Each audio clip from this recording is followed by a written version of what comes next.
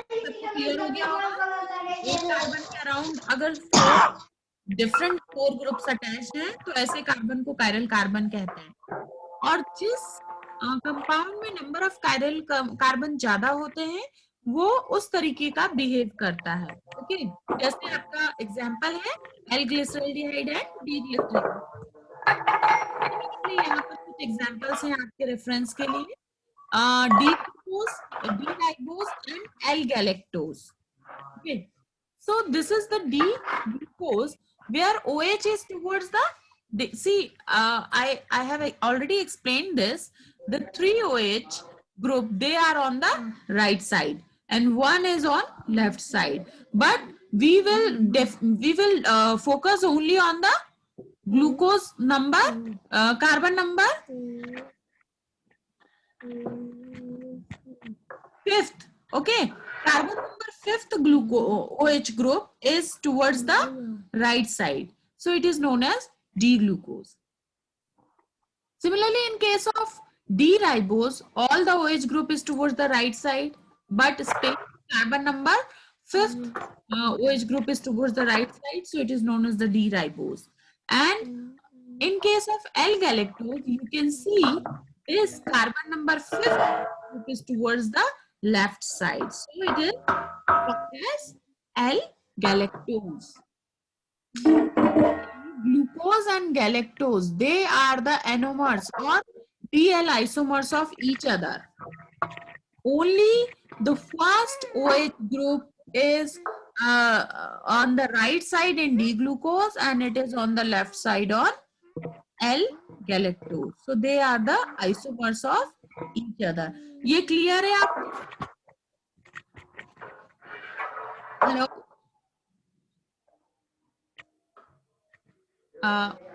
Hello, आप लोग सुन रहे हैं? Yes ma'am. ओके, यहाँ पर 2 रिंग स्ट्रक्चर दे रखी हैं, pyran and furan ring. Generally जो आपका जो ग्लूकोज है वो पायरेन टाइप का रिंग स्ट्रक्चर शो करता है इस तरीके का। पायरेन और furan ring, basically pyran 6 membered ring होती है और उसमें एक पोजीशन पे O ग्रुप होता है और फ्यूरेन एक 5 कार्बन रिंग होती है। लेकिन यहाँ पर क्या है, सारे जो कार्बोहाइड्रेट हैं वो आइदर सॉल्यूशन में, मैंने आपको कहा स्ट्रेट चेन नहीं रहते, वो रिंग फॉर्म में हो जाते हैं। तो 6 मेंबर्ड रिंग में जब वो प्रेजेंट होते हैं तो उनको कहते हैं पायरेनोस, और जब 5 मेंबर्ड रिंग फॉर्म में जो कार्बोहाइड्रेट्स प्रेजेंट होते हैं उनको कहते हैं फ्यूरेनोस। तो जनरली जो आपके राइबोज शुगर होती हैं वो फ्यूरेनोस स्ट्रक्चर में प्रेजेंट होती हैं और उनको जनरली कहते हैं बीटा डी राइबोफ्यूरेनोस। और जो ग्लूकोज होते हैं वो ग्लूकोपायरेनोस कहलाते हैं क्योंकि वो पायरेनोस रिंग शेप स्ट्रक्चर में सॉल्यूशन में प्रेजेंट होता है। ये एक आपका साइक्लिक स्ट्रक्चर ऑफ मोनोसेकेराइड है। यहाँ पर आप देख सकते हैं CH2OH, CHOH, CHOH, CHOH, CHOH and O। ये स्ट्रक्चर मुझे लगता है कि हर बायोकेमिस्ट्री वाले स्टूडेंट को याद होना चाहिए। ओके, क्योंकि ये बहुत काम का स्ट्रक्चर है। जितने भी बॉडी के मेटाबॉलिक पाथवेज हैं वो सभी कहीं ना कहीं इस स्ट्रक्चर से लिंक्ड हैं। ओके, एनाबॉलिक पाथवे हो या कैटाबॉलिक पाथवे हो। ये आपका साइक्लिक स्ट्रक्चर है पायरेनोज रिंग का और ये फ्यूरेनोज रिंग का, जिसमें कि आपका बेसिकली अगर आप देखें कि कैसे आपका जो एक लीनियर चेन ग्लूकोज है वो साइक्लाइज्ड होकर आपका क्या बना लेता है, पायरेनोज शेप बना लेता है। नॉमेनक्लेचर मुझे पता है, आपको सबको पता ही होगा कि जो फंक्शनल ग्रुप है उसके पास वाले कार्बन को फर्स्ट कार्बन बोलते हैं। ओके, तो ये जो फर्स्ट आपका CHO फंक्शनल ग्रुप है उसके बाद से आप नॉमेनक्लेचर शुरू करेंगे 1 2 3 4 5 6 कार्बन। और यहाँ पर आप देखेंगे कि ये जो आपका, अगर आप इसको लेटरल चेन इस तरीके से लिखेंगे उसके बाद जस्ट आप इसको लेकर यहाँ पर फ्यूज कर दें तो ये आपका हो जाएगा पायरेनोस टाइप का स्ट्रक्चर। इस तरीके से ये जो 6 कार्बन है ये फर्स्ट के साथ जाकर बॉन्ड बना लेता है। यहाँ पर आप एरो से देख सकते हैं जो 6 कार्बन है ये यहाँ जाएगा और एक H2O निकल जाएगा और O के साथ ये बॉन्ड बना लेगा इस तरीके से। तो ये आपका हो जाएगा पायरेनोज। बेसिकली खाना बन गया, खाना बन गया। बेसिकली जो कार्बन नंबर 5 है उसका ऑक्सीजन कार्बन नंबर 1 के ऑक्सीजन के साथ बॉन्ड बनाता है। ठीक है, तो ये एक रिंग स्ट्रक्चर बन जाता है आपका। यहाँ पर स्टेप 3 में क्या होता है, जो जो नया OH ग्रुप है कार्बन 1 का, है ना, अब कार्बन 1 ये है आपका, वो ग्रुप बेसिकली या तो डाउन साइड पे होता है या अप साइड पे होता है। जैसा कि मैंने आपको बोला एनोमेरिज्म, ये और ये क्वेश्चन पूछा जाता है आपका कॉम्पिटिटिव एग्जाम्स में, अल्फा या बीटा एनोमर्स क्या होते हैं, है ना। तो यहाँ पर एनोमेरिज्म डिसाइड करता है आपका position of OH group at carbon number 1। If it is in lower side down side it is known as alpha D glucose, और अगर ये जो आपका फर्स्ट कार्बन का OH ग्रुप है ये अपसाइड होगा तो it is known as beta D glucose. तो ये कंसेप्ट सबका क्लियर है? Yes ma'am. ओके, एक टर्म्स होती है बायोकेमिस्ट्री वालों को ये जरूर पता होना चाहिए, म्यूटा रोटेशन। ओके, यस म्यूटा रोटेशन एक फेनोमेना है। क्या होता है कि जो आपका अल्फा फॉर्म ऑफ शुगर है वो suddenly beta form of sugar में चेंज हो जाती है। Okay, the spontaneous change that takes place in the optical rotation of alpha and beta anomers of a sugar when they are dissolved in water. Okay, so the optical rotation of sugar changes until they reach the same value. ये ज्यादातर अगर मैं आपको बोलूं, जैसे आपका अगर आप ग्लूकोज लोगे, है ना, ग्लूकोज लोगे तो वो आपका अल्फा एनोमेरिज्म शो करेगा, फ्रुक्टोज लोगे तो वो जनरली बीटा एनोमेरिज्म शो करेगा। लेकिन अगर आप शक्कर पानी में डालोगे तो जैसे शक्कर क्या होती है, सुक्रोज, जो सुक्रोज जो होता है वो एक डाइसैकेराइड है, ग्लूकोज और फ्रुक्टोज का कॉम्बिनेशन। तो वहां पर आपको अल्फा पहले स्टार्टिंग में आपको बीटा एनोमेरिज्म देखने को मिलती है एंड देन अल्फा एनोमेरिज्म देखने को मिलती है, और इस पूरे फेनोमेना को आप कहते हैं म्यूटा रोटेशन। बिकॉज यहाँ पर क्या होता है कि जब दो फॉर्म शुगर की प्रेजेंट होती है अल्फा और बीटा, जब तक है ओके, जब तक कि अल्फा और बीटा जो फॉर्म है वो इक्विलिब्रियम में ना आ जाए उनका जो रोटेशन है वो स्टेबल नहीं होता है। ओके, तो जो आपका अल्फा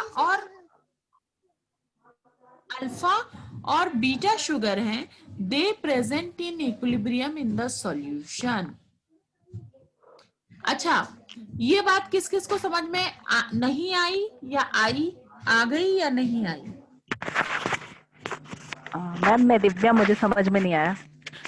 ओके दिव्या, यहाँ पर मैं ये बोल रही हूँ, आप ये स्ट्रक्चर देखिए, ये अल्फा डी ग्लूकोज का स्ट्रक्चर है या बीटा डी ग्लूकोज का स्ट्रक्चर है? जी yes ma'am. Alpha D glucose में OH ग्रुप नीचे रहता है और बीटा में ऊपर रहता है, डायग्राम से आपको दिख रहा होगा। जो अल्फा डी ग्लूकोज है उसकी जो ऑप्टिकल प्रॉपर्टी है वो अलग है, बीटा की अलग है। अब अगर हम दो अलग ऑप्टिकल प्रॉपर्टी वाले ग्लूकोज को, है ना, जनरली हम कहते हैं कि अल्फा डी ग्लूकोज ज्यादा कॉमन है, लेकिन अगर हम दोनों को पानी में मिक्स कर दें तो सॉल्यूशन में क्या होगा, इन दोनों की जो प्रॉपर्टी है अल्फा और बीटा की, वो आपस में जब तक इक्विलिब्रेट ना हो जाए, यस मैम, जब तक वो आपस में इक्विलिब्रेट ना हो जाए तब तक वो आपस में मतलब सॉल्यूशन में अलग बिहेव करेंगे।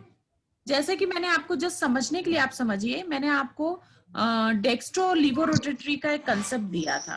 ओके, प्लेन पोलराइज्ड लाइट जो कंपाउंड राइट साइड करते हैं उनको डेक्स्ट्रो बोलते हैं, जो लेफ्ट साइड रोटेट करते हैं उनको लिवोरोटेटरी कहते हैं। लेकिन S और L को अगर हम एक साथ मिक्स कर दें, है ना, सॉल्यूशन में, है ना, जैसे हम सुक्रोज डालते हैं, तो तो भाई वो सॉल्यूशन किस तरफ लाइट रोटेट करेगा?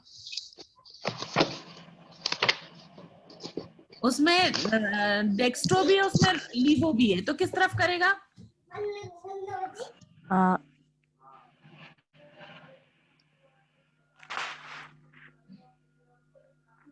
देखिए, जब डेक्स्ट्रो और लीवो को हम मिक्स कर देते हैं, एग्जांपल के लिए बता रही हूँ, यहाँ पर अल्फा और बीटा एनोमरिज्म की बात कर रहे हैं, तो वहां पर जो आपका जो सॉल्यूशन है उसमें पहले, जैसे मैंने आपको एग्जांपल दिया था सुक्रोज का, पहले आपको लीवो रोटेटरी फेनोमेना देखने को मिलती है, and then slowly it will convert into the dextro and then it will reach to a equilibrium, है ना? उसके बाद वो इक्विलिब्रियम में पहुंच जाता है। Yes ma'am.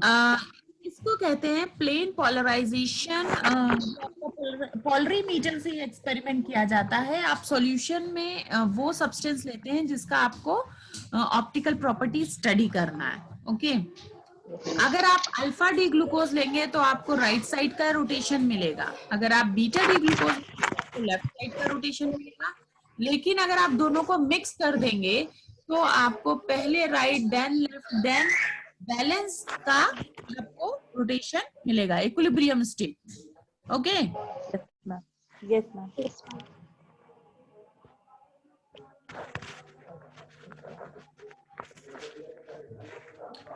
ओके, तो ये आपका इस फेनोमेना को कहते हैं म्यूटा रोटेशन, जहां पर म्यूटा रोटेशन में बेसिकली इक्विलिब्रियम हो जाता है between open chain form of D glucose and the alpha and beta forms of cyclic हेमीएसिटल्स।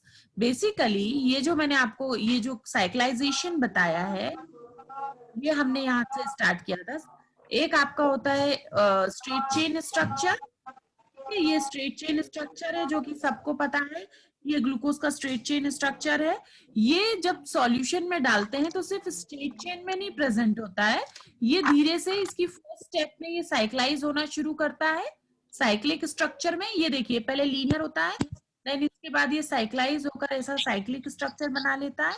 अब साइक्लिक स्ट्रक्चर में भी ये अल्फा और बीटा फॉर्म में प्रेजेंट होता है, जिसमें ओएच ग्रुप का ओरिएंटेशन अलग अलग रहता है, अप और डाउन रहता है। और उसके बाद ये दोनों फॉर्म में प्रेजेंट होता है, लेकिन दोनों फॉर्म का जो ऑप्टिकल प्रॉपर्टी है वो इक्विलिब्रियम स्टेज में एक हो जाती है। ओके, एक बैलेंस हो जाती है, उस फेनोमेना को कहते हैं mutarotation. Okay, so the concentration of open chain D glucose in solution at equilibrium is very small. Basically equilibrium में जो D glucose का concentration है वो बहुत कम हो जाता है। आप इसको ऐसे भी समझ सकते हैं कि जब किसी शुगर को पानी में डालते हैं तो जो वो स्पेसिफिक रोटेशन शो करता है, मैं आपको बार बार वही बात बोल रही हूँ, जो एक स्पेसिफिक रोटेशन शो करता है पानी में, इसका रोटेशन, लाइट का रोटेशन, वो ग्रेजुअली चेंज हो जाता है जब तक कि वो एक कांस्टेंट वैल्यू पर ना पहुंच जाए। फॉर एग्जाम्पल, अगर हम यहाँ पर एक एग्जाम्पल से समझें, एक जो ग्लूकोज है, freshly prepared solution of glucose, उसका अगर आप पहले रोटेशन देखेंगे तो वो प्लस 112 डिग्री रहेगा। प्लस 112 डिग्री अगर आप बुक में देखेंगे तो ये लाइट को इस डिग्री से रोटेट कर रहा है। And when this solution is allowed to stand, मतलब उसको कुछ समय के लिए रख दिया जाए, तो the rotation falls to 52.7 degree, मतलब 112 डिग्री से वो 52.7 डिग्री पर आ जाता है, और उसके बाद वो कांस्टेंट रहता है, आप कितनी भी देर रखे रहें उसको, है ना। अब क्या है, लॉजिकली अगर कोई सोचे कि भाई 112 था, उससे ये 52 कैसे हो गया, है ना, 112 डिग्री से 52 कैसे हो गया, तो इसको रिसर्चर्स ने स्टडी किया और पता किया कि ये म्यूटा रोटेशन की वजह से हो रहा है। यहाँ पर जो अल्फा फॉर्म है वो बीटा में इंटर कन्वर्जन हो रहा है, alpha two beta inter conversion हो रहा है, जिसकी वजह से ये जो सॉल्यूशन का स्पेसिफिक रोटेशन है वो कम हो रहा है और एक कांस्टेंट स्टेज पे पहुंच रहा है। Okay, so this change in specific rotation is known as the mutarotation phenomena. और जितनी भी रिड्यूसिंग शुगर हैं, ये याद रखिएगा, जितनी भी रिड्यूसिंग शुगर हैं except few ketoses, they show mutarotation. मैंने आपको यहाँ पर एग्जांपल दिया था सुक्रोज का। यहाँ पर जो मुझे अपना पुराना उससे याद था, यहाँ पर बेसिकली एग्जांपल दे रखा है आपको ग्लूकोज का। आप चाहें तो सुक्रोज का भी एग्जांपल यहाँ पर कोट कर सकते हैं।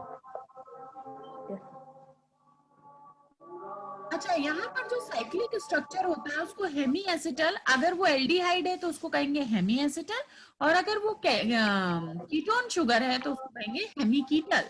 ओके, अगर इस हेमी एसिटल का हम एसिडिक हाइड्रोलिसिस करें, मतलब एसिडिक हाइड्रोलिसिस मतलब HCl से उसको ट्रीट करा दें, ठीक है, तो ये हेमी एसिटल कंप्लीट एसिटल बन जाता है। यहाँ पर वाटर निकल जाता है, और जो आपका ROH एक अल्कोहल है, acidic hydrolysis in presence of alcohol, ROH आपका अल्कोहल है, इससे हम इसको ट्रीट कर रहे हैं, तो ये आपका एक फुल एसिटल बन जाता है। यहाँ पर OR जुड़ जाता है, ठीक है। हेमी एसिटल में बेसिकली जो फंक्शनल ग्रुप होता है, consist of a carbon atom bonded to an alkoxy group and to a hydroxyl group. Actually, hemiacetals, they are synthesized by adding 1 molar equivalent of alcohol to an aldehyde or ketone. आपको अगर hemiacetal पे short note आता है तो आपको पता होना चाहिए कि hemiacetal आपको मिलते कैसे हैं। बेसिकली hemiacetal जब मिलते हैं, जब आपका जो शुगर है उसको अल्कोहल से ट्रीट कराया जाता है in presence of HCl। Okay, clear? तो आपको एसिटल मिल जाते हैं। अच्छा, ये बेसिक प्रॉपर्टीज ऑफ मोनोसैकेराइड्स हम लोग पढ़ रहे हैं, इसलिए आप लोग ध्यान रखिए। हमने पढ़ा था, हमने एनोमेरिज्म के बारे में पढ़ा, हमने म्यूटर रोटेशन के बारे में पढ़ा, फिर हमने एक चीज पढ़ी हेमी एसिटल फॉर्मेशन, जो कि अल्कोहल से ट्रीट कराने पर हमें हेमी एसिटल्स मिलते हैं, ये आपको ध्यान रखना है। और अगर कीटोन एल्डिहाइड अल्कोहल से रिएक्ट करेंगे तो हेमी एसिटल देंगे, अगर कीटोन अल्कोहल से रिएक्ट करेंगे तो हमें हेमी कीटल देंगे। सिमिलरली हम ग्लाइकोसाइड फॉर्मेशन भी देख सकते हैं। जो हमारे मोनोसैकेराइड्स हैं, बेसिकली कार्बोहाइड्रेट एसिटल्स होते हैं, ये जनरली ग्लाइकोसाइड कहलाते हैं। आप लोग को सबको पता होगा ग्लाइकोसाइडिक लिंकेजेस, है ना? Glucose they linked with the alpha 1,4 glycosidic linkage and form what? Alpha 1,4 glycosidic linkage कोई बता सकता है क्या?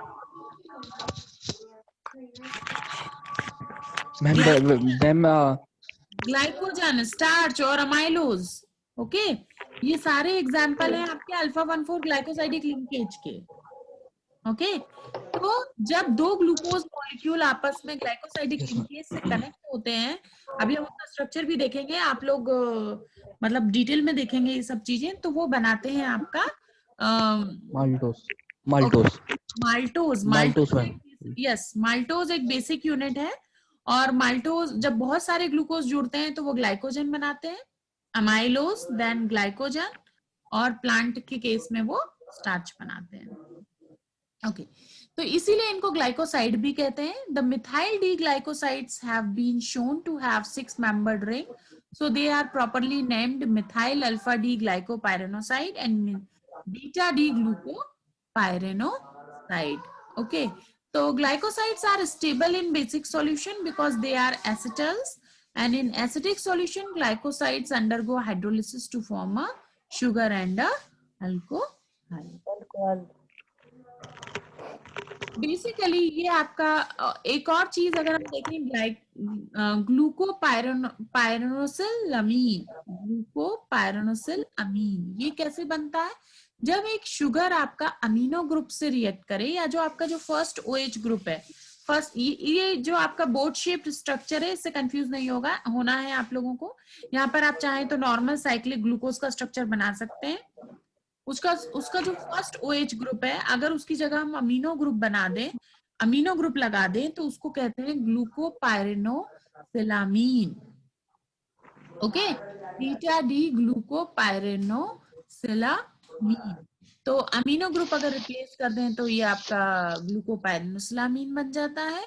और एडेनोसिन इसका एग्जाम्पल है, जहां पर जो आपका फर्स्ट OH ग्रुप है वहां पर एडेनिन शुगर ऐड हो जाती है। किसी को एडेनिन शुगर का स्ट्रक्चर याद है या कभी देखा या सुना होगा? 6 अमीनो प्यूरिन, तो 6 अमीनोप्यूरिन 9 मेंबर्ड एडेनिन ग्रुप जब आपके फर्स्ट OH ग्रुप पर आकर अटैच हो जाती है तो वो आपका एडेनोसिन बन जाता है। ओके, और बेसिकली ये अटैचमेंट कहां पर होता है आपका? एनोमेरिक कार्बन पे। एनोमेरिक कार्बन किसको कह रहे हैं? ये डिसाइड करता है कि अल्फा डी फॉर्म है या बीटा डी फॉर्म है। ओके, मैंने अभी आपको उसका स्ट्रक्चर दिखाया था एनोमेरिक कार्बन का।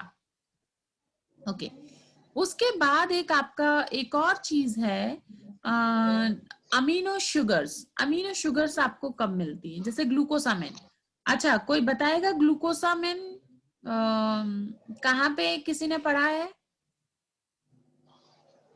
यहाँ पर जितने भी एग्जाम्पल्स हम देख रहे हैं उनके मैं आपको जरूर पूछ रही हूँ, कारण ये है कि ये सब बहुत फेमस है, किसी ना किसी चीज का स्ट्रक्चरल कॉन्स्टिट्यूएंट बना रहे हैं, इसलिए मैं उनका नाम पूछ रही हूँ और ये आपको पता होना चाहिए।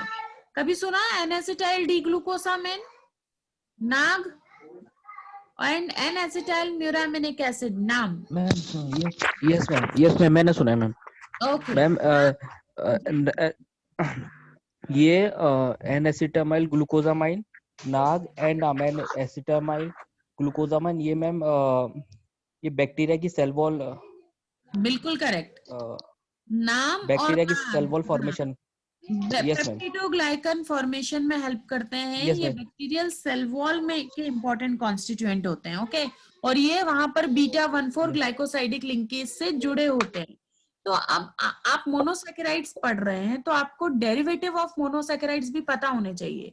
ओके, क्योंकि आपके जो शुगर है, मैंने जब कार्बोहाइड्रेट शुरू किया था तो आपको ये बताया था कि कार्बोहाइड्रेट बेसिकली एनर्जी फॉर्मेशन के लिए यूज होते हैं बॉडी में, एनर्जी का सोर्स है। लेकिन आपको ये भी पता होना चाहिए कि जो मोस्ट ऑफ द बहुत सारे कार्बोहाइड्रेट्स ऐसे भी हैं जो कि सेल के स्ट्रक्चरल कॉन्स्टिट्यूएंट भी होते हैं। ओके, फॉर एग्जांपल आपका एन-एसिटाइल ग्लूकोसामिन, ये बैक्टीरियल सेल वॉल का इंपॉर्टेंट कॉन्स्टिट्यूएंट होता है। अब वो एन-एसिटाइल ग्लूकोसामिन कैसे बनता है? ग्लूकोज से, जहां पर आपका जो नॉन एनोमेरिक OH ग्रुप है, एनोमेरिक कौन है? जो फर्स्ट कार्बन पे OH ग्रुप है वो एनोमेरिक है। ओके, जब वो चेंज होगा अमीनो ग्रुप वहां पर यहाँ पर अटैच होगा तो वो हो जाएगा ग्लूकोपाइरेनोसिलामीन। लेकिन अगर नॉन एनोमेरिक OH ग्रुप जो कि सेकेंड कार्बन पे है वहां पे अगर आपका अमीनो ग्रुप जुड़ जाएगा तो उसको कहेंगे हम ग्लूकोसामिन।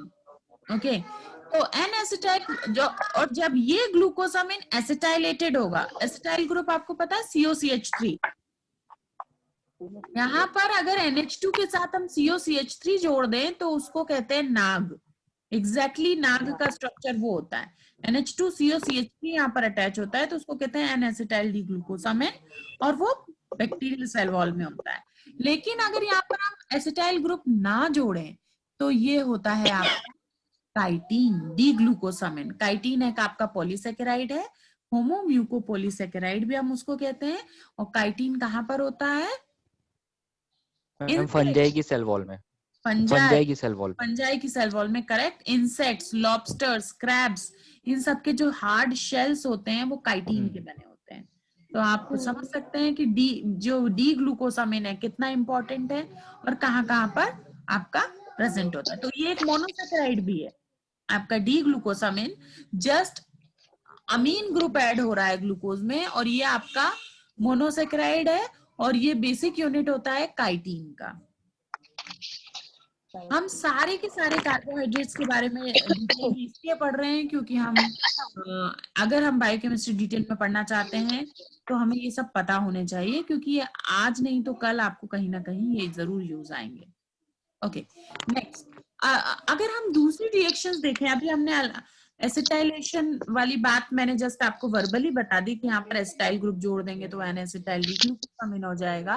और दूसरा हमने यहाँ पर ग्लाइकोसिलामिन देखा जिसमें एनोमेरिक कार्बन पर अमीनो ग्रुप जुड़ा था। इसके बाद हमने ग्लाइकोसाइड फॉर्मेशन देखा जहां पर आपका ग्लूकोपाइरेनोसाइड जो बेसिक सॉल्यूशन है वो जो हाइड्रोलिसिस होता है उसके बाद शुगर और अल्कोहल कैसे फ्यूज हो जाते हैं वो। हमने हेमी एसिटल फॉर्मेशन देखा जो कि अल्कोहल के फ्यूजन के बाद बनता है। और हमने म्यूटा रोटेशन प्रॉपर्टी। ओके, और अब हम जो बात कर रहे हैं कुछ और रिएक्शंस की बात करें अगर हम, तो एक होता है एनोलाइजेशन टॉटोमराइजेशन एंड आइसोमराइजेशन, है ना। तो जब आप डिसॉल्व करते हैं मोनोसेकेराइड्स को एक्वस बेस में, बेस यानी आपका NaOH सॉर्ट ऑफ थिंग, कोई बेसिक सॉल्यूशन में अगर आप उसको डालते हैं किसी मोनोसेकेराइड को, तो वो इनोलाइज हो जाता है। ओके, इट अंडरगोस इनोलाइजेशन, और यहाँ पर a series of keto enol tautomerism देखने को मिलती है जो कि फर्दर आइसोमर्स प्रोड्यूस करती है। ओके, इनो, अब इसको इनोलाइजेशन क्यों कहा है? क्योंकि यहाँ पर अल्कोहल ग्रुप इन्वॉल्व है। जो आपका अल्कोहल ग्रुप है OH ग्रुप, वो कीटो अल्कोहल टॉटोमेरिज्म शो कर रहा है, आपका फंक्शनल ग्रुप चेंज हो रहा है आपस में, इसलिए इसको बोल रहे हैं इनोलाइजेशन। और ये इनोलाइजेशन आप कब देखते हैं? जब आप मोनोसेकेराइड को बेसिक सॉल्यूशन में डिसॉल्व करते हैं। क्लियर? जब आप किसी मोनोसेकेराइड को बेसिक सॉल्यूशन में डिसॉल्व करते हैं तो आप इनोलाइजेशन की फेनोमेना देखते हैं। इनॉल्स बेसिकली देखिए, आप यहाँ पर स्ट्रक्चर से समझ सकते हैं, RCOHCr2 डबल बॉन्ड, और अगर यहाँ से एक OH ग्रुप यहाँ पर ट्रांसफर हो जाए तो ये नेगेटिव, यहाँ पर ये डबल बॉन्ड हो सकता है। कीटो इनॉल टॉटोमेरिज्म क्या होती है? इसी को एल्डो कीटो टॉटोमेरिज्म भी बोल सकते हैं। ये एल्डिहाइडिक ग्रुप किस में चेंज हो गया आपका? सॉरी, ये अल्कोहलिक ग्रुप किस में चेंज हो गया है आपका? कीटोन ग्रुप में। पहले क्या था? OH ग्रुप, तो बीच का जो मिडिल आयन है उसको बोल रहे हैं इनोलेट आयन। ओके, तो ये जो आपका अल्कोहल ग्रुप है वो कीटोन ग्रुप में चेंज हो गया है, इसलिए इसको कीटो इनॉल आइसोमेरिज्म भी बोलते हैं। Basically enols are in equilibrium with an isomeric aldehyde और ketones, but they are normally much less stable than aldehydes and ketones. जो आपके इनॉल्स होते हैं, ये जो इनोलेट आयन है, ये प्रेजेंट होते हैं सॉल्यूशन में, लेकिन ये बहुत कम स्टेबल होते हैं। ओके, एल्डिहाइड और कीटोन ज्यादा स्टेबल होते हैं।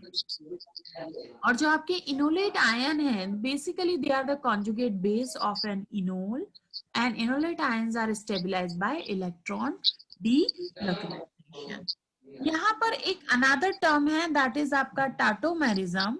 Tautomerism is a process by which two isomers are interconverted by a movement of an atom, okay, or a group. और enolization क्या होता है? Tautomerism में क्या होता है? Two isomers आपस में एक दूसरे में कन्वर्ट होते हैं। आइसोमर की अगर मैं बात करूं तो जैसे ग्लूकोज और मैनोज है, ओके, और अगर आपस में एक दूसरे में कन्वर्ट हो रहे हैं तो दैट इज टॉटोमेरिज्म।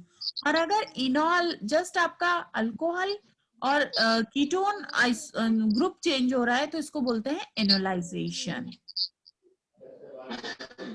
ये आप इस स्ट्रक्चर से थोड़ा आप बेटर समझ पाएंगे। एक सेकंड, जस्ट मैं इसको हटा दूं, कहाँ पे हटा सकती हूँ ताकि आपको दिखे। अच्छा, ये वाली जो क्लास अब आपकी एंड होगी तो आज डन फॉर द डे। आपकी 2 बजे ग्रुप में मैडम ने एक मीटिंग शेयर की है, चारू मैडम ने, वो आपकी क्लास लेंगी। अभी बीच में आपका एक ब्रेक होगा, उसके बाद 2 to 3 o'clock डॉक्टर चारू भाटव आपकी क्लास लेंगी, और कल फिर हम लोग फिर से 11:30 इसी क्लास में मिलेंगे। Okay? Yes ma'am. Okay ma'am.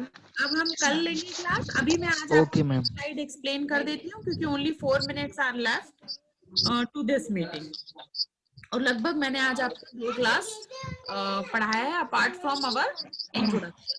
Okay, तो यहाँ पर अगर आप देखें, ये आपका ग्लूकोज है जो ओपन चेन फॉर्म में प्रेजेंट है। अगर इस ग्लूकोज का H आयन, ये जो आपका H है, ये अगर आप इसको बेसिक सॉल्यूशन में डालेंगे तो बेसिक सॉल्यूशन की क्या प्रॉपर्टी होती है? प्रोटॉन वहां पर चला जाएगा, है ना? पक्का? ये कंसेप्ट क्लियर है ना सबका? अगर आप बेस में कोई चीज डालेंगे, यस मैम। प्रोटॉन बेस में चला जाएगा, तो यहाँ पर प्रोटॉन जाने से यहाँ पर लोन पेयर ऑफ इलेक्ट्रॉन बचा हुआ है, तो इस जो ग्रुप और OH ग्रुप अलोन बचा है, क्योंकि ये आयनिक है। यहाँ पर एक्स्ट्रा प्रोटॉन जो गया है वो अपना इलेक्ट्रॉन यहीं छोड़ के गया है, इसलिए इसको कहेंगे आपका आयन। ओके, ये आयन बन गया, it is an enolate ion, क्योंकि यहाँ पर OH ग्रुप है और साथ में चार्ज है, इसलिए ये इनोलेट आयन है। अब कोई भी स्पीशीज जब चार्ज फॉर्म में रहती है तो अनस्टेबल होती है. This species will try to stabilize itself by electronic rearrangement. तो ये अपने आप को स्टेबलाइज करने की कोशिश करेगी और ये क्या करेगी, यहाँ पर ये अपना लोन पेयर इस ऑक्सीजन को दे देगी, डबल बॉन्ड यहाँ शिफ्ट हो जाएंगे और इस ऑक्सीजन पे नेगेटिव चार्ज आ जाएगा. तो ये आपका इनोलेट आयन के दो फॉर्म सॉल्यूशन में इस तरीके से देंगे. अगर लेकिन यहाँ पर अगेन ये जो है तो आयन ही नेगेटिव चार्ज अगेन अपने आप को अनस्टेबल होने के कारण स्टेबलाइज करने की कोशिश करेगी और ये वाटर को अपना एक वाटर से एक H आयन ले लेगी, यहाँ पर एक H ले लेगी तो यहाँ पर HOH हो जाएगा और डबल बॉन्ड जोन. तो अगर आप देखें यहाँ पर तो यहाँ पर मैंने आपको क्या बोला था, आइसोमेरिज्म हो रहा है. D glucose is converted into D mannose. ठीक है, समझ में आ रहा है. D glucose is converted into D mannose और there occur just change in HNOH position via enolization process. ये पहले आपका लेफ्ट हैंड साइड ओरिएंटेड था OH ग्रुप, अब कहाँ पर आ गया है, right hand side. Right. Okay, तो आपका जो सेकंड कार्बन का OH ग्रुप है, कौन सा कार्बन है, कार्बन नंबर सेकंड है, उसका OH Second number. Right hand side से लेफ्ट हैंड साइड हो गया है. तो ये आपका बन गया है मैनोज. तो glucose and mannose they are the isomers और यहाँ पर सिर्फ डिफरेंस है आपका सेकंड कार्बन के H और OH ग्रुप का. ये बात आप सबको क्लियर हो गई है? Yes, ma'am. ओके. अब हम बात करते हैं टॉटोमेरिज्म की. ये बात है इनोलाइजेशन की. अब हम बात करें टॉटोमेरिज्म की. तो यहाँ पर अगर इसको वाटर यहीं पर मिले, इस इनोलेट आयन को मिल जाए तो क्या होगा, एक एक्स्ट्रा OH यहाँ पर अटैच हो जाएगा जो टॉटोमराइज होकर अगर आप देखें तो क्या बना रहा है, CH2OH. ऊपर वाला आपको HOH मिल गया है, क्या बन गया है, कीटोन. ये यहाँ पर क्या बन गया, fructose. Ma'am, your voice is not clearly audible. किसी का स्पीकर ऑन है, वो ऑफ करेगा तो शायद मेरी आवाज क्लियर हो. ओके, अभी क्लियर है? Yes, ma'am. ओके, मैं ये कह रही हूँ लेस देन 1 मिनट में ये क्लास एंड हो जाएगी. अब हम कल क्लास कंटिन्यू करेंगे और इसी करेंगे. आप लोग इसको पढ़कर आइएगा. और मैं आपको एक बात बता दूं, डी ग्लूको मैं जो यहाँ इस बात पर जहां पर मैं इसको फिनिश कर रही हूँ वो 2 लाइन ये है, आपका जो डी ग्लूकोज है वो डी मैनोज में कन्वर्ट होता है इनोलाइजेशन के थ्रू. और ये जो इनोलेट आयन है, अगर